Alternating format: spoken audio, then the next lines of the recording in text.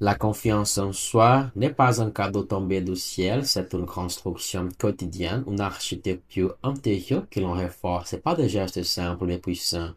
Et pour commencer, je te dis ceci, la manière dont tu te comportes avec toi-même définit la manière dont tu te présentes au monde. Chaque petite action que tu répètes sculpte ton identité, ton courage, ton sentiment de valeur.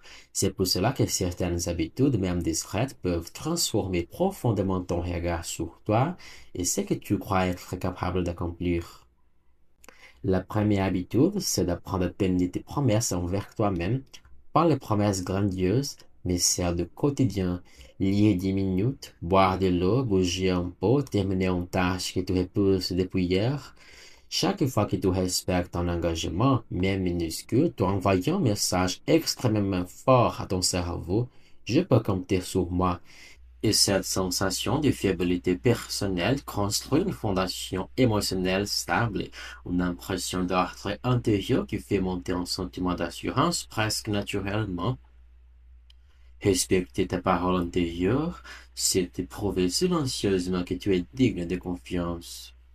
La deuxième habitude est d'oser te confronter aux petits inconforts volontaires. Chien d'extrême, parler quand tu te sens intimidé, poser une question quand tu as peur d'être jugé, tenter quelque chose que tu n'as jamais fait.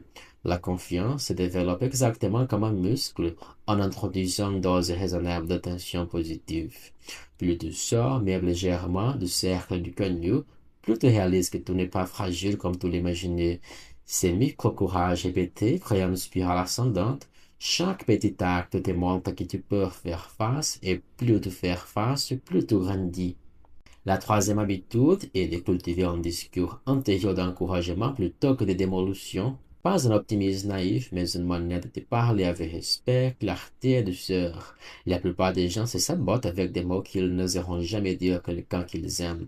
Remplacez la phrase «Je suis nul» par «J'apprends». Remplacez «Je ne vais jamais y arriver» par «Je vais avancer un pas à la fois». C'est déjà une révolution. Le langage que tu utilises avec toi-même devient la bande-son permanente de ta vie mentale. Une voix intérieure plus bienveillante ne crée pas seulement du calme, elle te donne la permission de réussir. La quatrième habitude, c'est de célébrer tes progrès, même ceux qui te jugent ridiculement petits. Ce ne sont jamais les grandes victoires rares qui construisent la confiance, mais la reconnaissance quotidienne des micros avancés, quand tu te félicites sincèrement d'avoir compris quelque chose, d'avoir fait un effort, d'avoir résisté à une impulsion, tu alimentes ton système émotionnel avec une énergie puissante, la fierté constructive. Tu arrêtes de courir après une validation extérieure et tu commences à devenir ton propre moteur.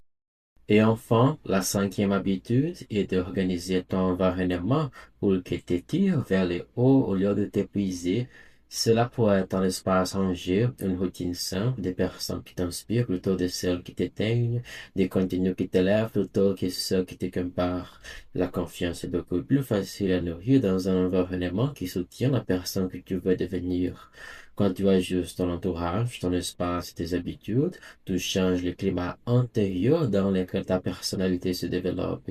Tu n'as plus à lutter contre des vents contraires, tu crées des conditions favorables pour t'épanouir.